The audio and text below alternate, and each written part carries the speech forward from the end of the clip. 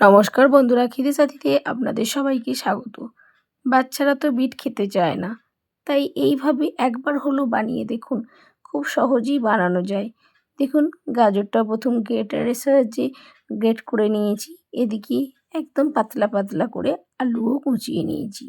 বড়ি আর বাদাম এগুলোকে একটু ভালো করে তেল দিয়ে ভেজে তুলে নেব।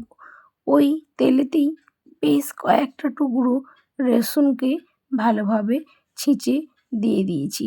এক্ষেত্রে রসুনটা একটু পরিমাণটা বাড়িয়ে দেবেন। আর শুকনো লঙ্কা ফোড়ন দিয়ে বেশ ভালোভাবে লাল লাল করে নেড়ে নিলাম রসুনটা।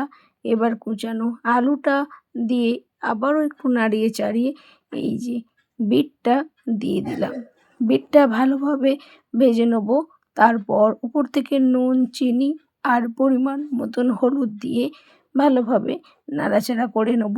একটু ঢাকা চাপা দিয়ে দেবো, কেননা বিট থেকে যেই জলটা বেরোবে সেটাও শুকনো হয়ে যাবে। আর এদিকে বিট আর আলু ভালোভাবে সিদ্ধ হয়ে গেলে একদম ওপর থেকে বড়িগুলোকে টুকরো করে নিয়েছি আর বাদামটা সমস্ত কিছু ভালোভাবে ছড়িয়ে নিয়ে আবারও ভালো করে নাড়াচাড়া করে আমি এটা সার্ভ করব। এটা খাওয়া কত উপকারী তো আপনারা ভালোভাবেই জানেন। এইভাবে একবার হলেও বানিয়ে দেখুন। এটা রুটি, ভাত সমস্ত কিছুর সঙ্গে একদম দারুণ।